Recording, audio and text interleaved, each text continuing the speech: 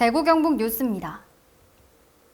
경상북도가 제2차 공공기관 이전을 국가 균형 발전의 핵심 과제로 삼고 본격적인 유치전에 나섰습니다. 경북도는 도청 화백당에서 공공기관 유치위원회 위원과 관계 공무원 등 100여 명이 참석한 가운데 제2차 공공기관 경상북도 이전 결의대회를 열고 유치 전략과 추진 방향을 공유했습니다. 도는 현재 40여 개 공공기관을 전략 유치 대상으로 선정하고 지역 산업과의 연계성과 혁신도시 발전 가능성을 고려한 맞춤형 유치 전략을 마련했습니다. 이를 위해 첨단 제조혁신 벨트와 스마트 물류 벨트, 에그리태그 벨트, 생활교육 중심축 등 4대 전략을 제시했습니다. 첨단 제조혁신 벨트는 반도체와 2차 전지, 원전 산업 등 비수도권 최대 첨단 산업 클러스터 조성을 목표로 하고 있습니다. 스마트 물류 벨트는 혁신 도시와 물류 인프라를 연계한 유통 허브 구축에, 에그리태그 벨트는 농생명 푸드테크 산업 육성에 중점을 두고 있습니다. 생활교육 중심축은 문화, 환경, 복지, 교육기관 집적을 통해 정주 여건 개선과 행정서비스 효율 향상을 추진할 계획입니다. 우리 전통의 장맛을 세계에 알리기 위한 특별한 행사가 경북에서 열렸습니다. 경상북도는 경산 된장문화학교에서 530 한국장 대회를 열고 장류 산업의 세계화와 소비 촉진에 본격적으로 나섰습니다. 이날 행사에는 장류업체와 우리 음식연구회원, 소비자 등 150여 명이 참석해 한국 장문화의 가치와 산업발전 방안을 공유했습니다. 한국장은 된장과 간장, 청국장 등 콩 발효식품을 아우르는 새로운 명칭으로 장류의 우수성을 널리 알리기 위해 지난해 경북도가 전국 최초로 제정한 기념일입니다. 경북도는 한국장의 주 원료인 콩 생산량이 전국 2위를 차지하고 있으며 장류 제조업체 수도 전국의 두 번째로 많아 장류 산업의 중심지로 꼽히고 있습니다. 경북도는 유네스코 인류무형유산에 등재된 장담그기 문화를 바탕으로 한국장을 K푸드 대표 콘텐츠로 육성해 세계시장 진출을 확대할 계획입니다. 영천상공회의소가 2026 CEO 포럼을 개최했습니다. 상공회원과 회원사, 지역기업인협의회, 유관기관 관계자 등 90여 명이 참석한 이번 포럼은 기업의 경쟁력 강화와 지역 상공인 간의 교류 활성화를 위해 마련됐으며 일부 선진기업 탐방과 2부 CEO 역량 강화 강연으로 진행됐습니다. 참가자들은 먼저 농심 구미 공장을 찾아 생산시설과 제조 공정을 견학하며 기업의 운영 노하우를 공유받았습니다. 이어서 금호산 호텔에서 열린 CEO 역량 강화 강연에서는 최근 산업계 최대 화두인 인공지능 산업을 주제로 한 특강이 진행돼 높은 관심을 끌었습니다. 농심 공장에 있어서 자동화 또 무인화가 어느 정도까지 지금 진행이 됐는지를 한번 눈으로 보고 아마 실감을 하셨으리라 생각이 되고요.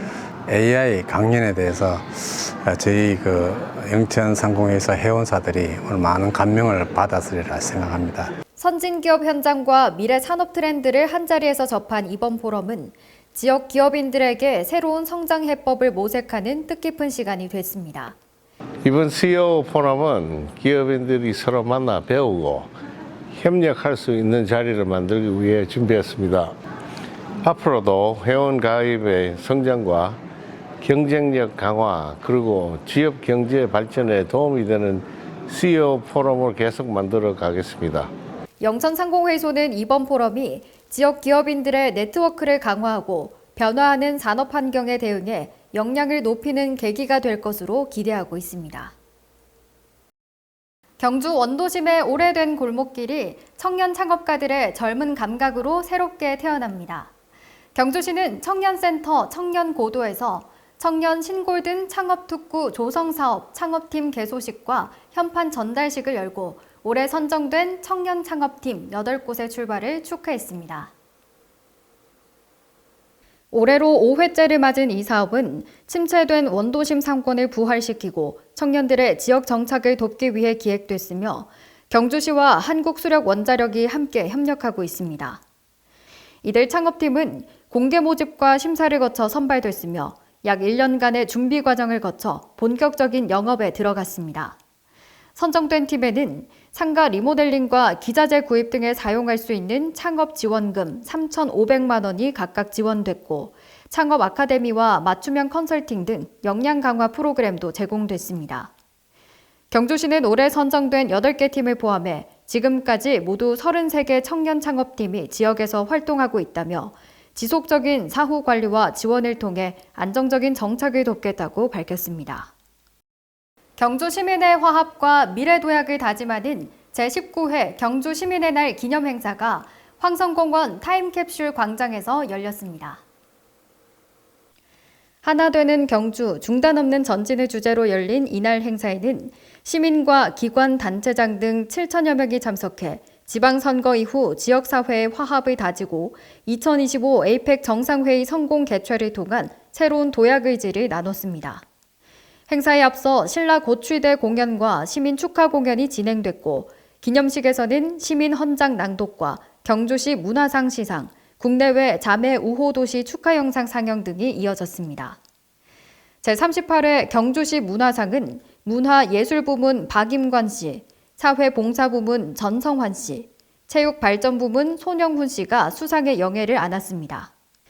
행사장에서는 LED 트론 댄스와 드론 퍼포먼스, 합창단과 초청가수 공연, 불꽃쇼가 이어져 시민들의 큰 호응을 얻었습니다. 이와 함께 행사장에 마련된 에이펙 주재 전시관과 체험 부스에서는 성공 개최 성과와 경주의 미래 비전을 소개해 시민들의 관심을 모았습니다. 상주 충렬사에서 임진왜란 당시 왜군에 맞서 싸우다 순국한 처녀들의 충의 정신을 기리는 제434주년 임난 북천 전적지 제향 행사가 열렸습니다. 행사에는 선열 후손과 지역 유림, 기관 단체장, 시민 등 300여 명이 참석했으며 계좌와 향례, 제사 공론 순으로 진행됐습니다. 강영석 상주시장이 초헌관을 맡아 순국 선열들의 넋을 기렸고 참석자들은 나라를 위해 희생한 선열들의 충절과 애국 정신을 되새겼습니다. 임난 북천 전적지는 임진왜란 당시 조선중앙군과 상주 향병 800여 명이 왜군 17,000여 명에 맞서 싸운 역사적 격전지로 관군과 의병이 함께 항전한 최초의 전투지로 알려져 있습니다. 상주시는 지난 1993년부터 매년 제향을 봉행하며 호국정신 계승에 힘쓰고 있습니다. 경북 안동의 예안향교 대성전이 국가지정 문화유산 보물로 지정될 전망입니다. 600년이 넘는 역사를 간직한 이 건축물은 독특한 공간 구성과 우수한 보존 상태를 인정받아 높은 평가를 받고 있습니다.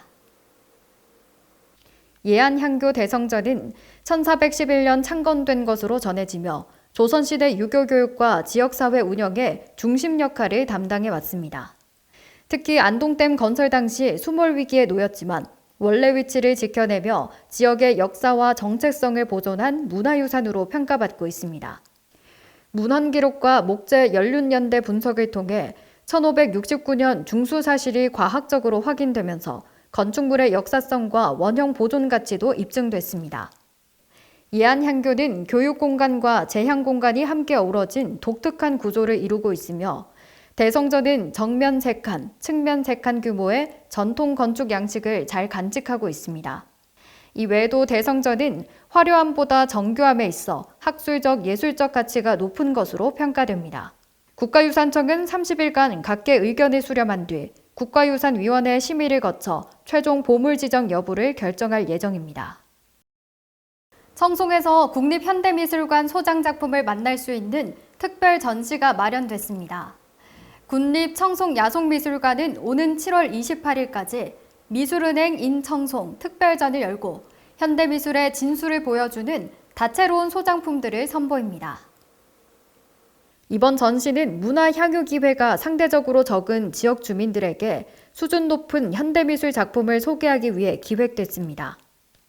전시회는 국립현대미술관 미술은행 소장품 17점과 청송야송미술관 소장품 5점 등 모두 22점의 작품을 감상할 수 있고 한국화와 서양화를 아우르는 한국 현대미술의 다양한 시선과 표현 방식을 소개합니다.